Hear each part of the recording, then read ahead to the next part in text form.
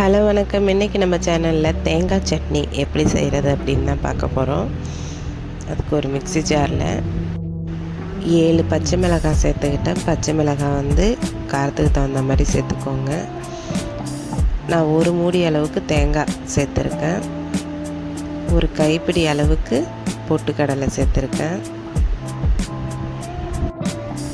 இது கூட நான் ஒரு 6லேருந்து 7 புதினா இலை தான் சேர்க்குறேன். புதினா சேர்க்குறப்ப தேங்காய் சட்னி நல்லா டேஸ்ட்டாக இருக்கும். டேஸ்ட்டும் கொஞ்சம் டிஃப்ரெண்ட்டாக இருக்கும். கண்டிப்பாக ட்ரை பண்ணி பாருங்கள்.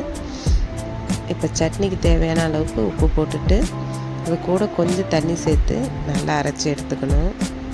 பாருங்கள், நல்லா இந்த அளவுக்கு அரைச்சி எடுத்துக்கணும்.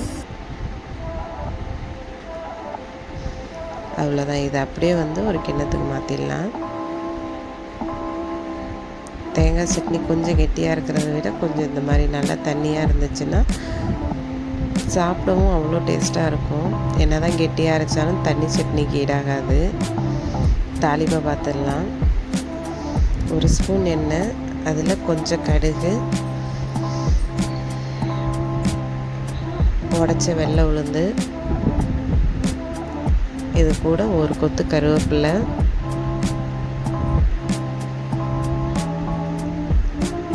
அவ்வளோதான். இதை அப்படியே நம்ம சட்னி கூட சேர்த்துடலாம். இப்போ பாருங்கள், சூப்பரான தேங்காய் சட்னி ரெடி ஆகிடுச்சு. இது இந்த அளவுக்கு நல்ல தண்ணியாக தான் இருக்கணும், அப்போ தான் டேஸ்ட்டு நல்லாயிருக்கும். தேங்காய் சட்னி கொஞ்சம் ஒரே மாதிரி அரைச்சிட்ருக்காம இதே மாதிரி கொஞ்சம் டிஃப்ரெண்ட்டாக புதினா இலை போட்டு அரைக்கலாம். இதுலேயே நம்ம கொத்தமல்லி கூட சேர்த்து அரைச்சோன்னா இன்னுமே டேஸ்ட்டு சூப்பராக இருக்கும். அவ்வளோதான். இதை இட்லி கூடலாம் வச்சு சாப்பிட்றதுக்கு அவ்வளோ டேஸ்ட்டாக இருக்கும்.